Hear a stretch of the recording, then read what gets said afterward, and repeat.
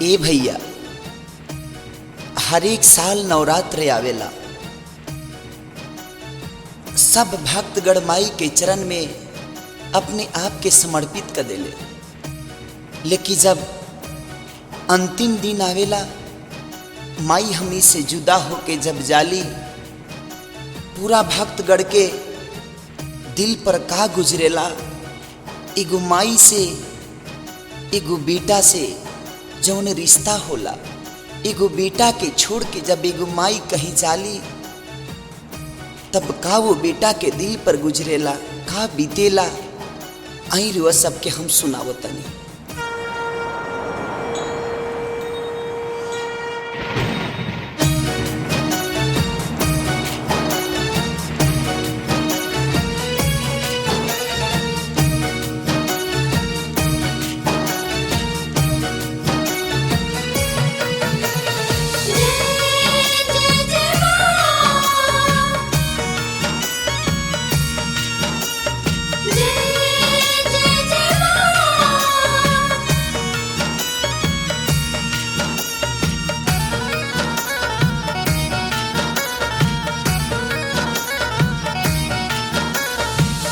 पुराना बरातर माई कैनी पुजाई, पुराना बरातर माई कैनी पुजाई।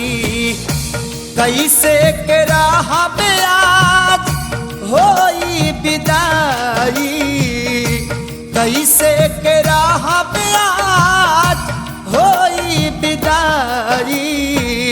पुराना बरातर माई कैनी पुजाई, पुराना बरातर माई कैनी पुजाई।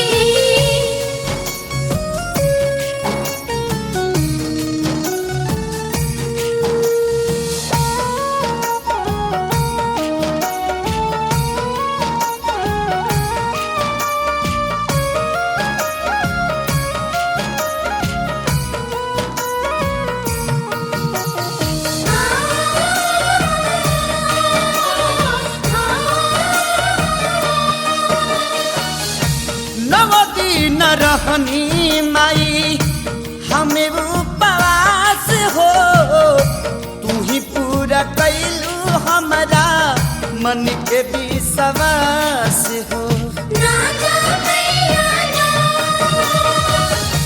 नवदी न रहनी माई हमें उपवास हो, तू पूरा कैलू हमारा मन के विश्वास हो। ए मोरी मैया जाए के खबर सुन के अवतारवाई, पुराना बरातर माई कैनी पुजाई, पुराना बरातर माई कैनी पुजाई।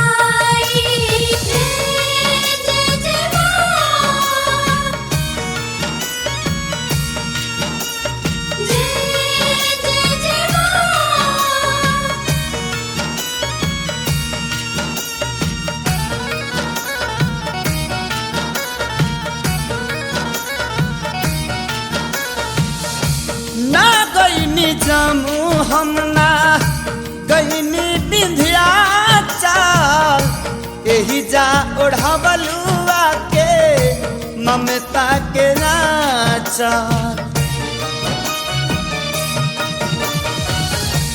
ना गईनी जमू हम ना गईनी विंध्याचल, एही जा ओढ़ावलुआ के ममता के नाचल। ए हो जगदम्बा तोहरो जुदाई माई बहुत बुझाई, पुराना बरातर माई कैनी पुजाई, पुराना बरातर माई कैनी पुजाई।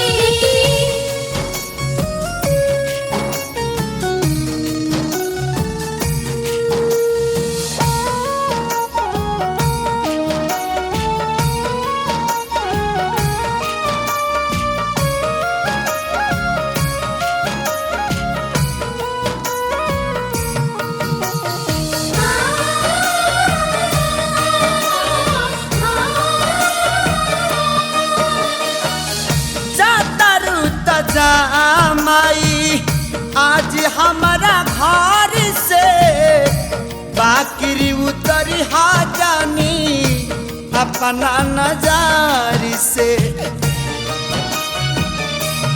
हो जातरू तो जय माई आज हमारा घर से बाकी उतरी हाँ जानी अपना नजारी से ए मोरी मैया महेशा खेसारी कहे सिरवा झुकारी पुराना बरातर माई कईनी पूजाई पुराना बरातर माई कईनी पूजाई कैसे के राह पाई होई जब विदाई कैसे के राह पाई होई जे विदाई पुराना बरातर माई कईनी पूजाई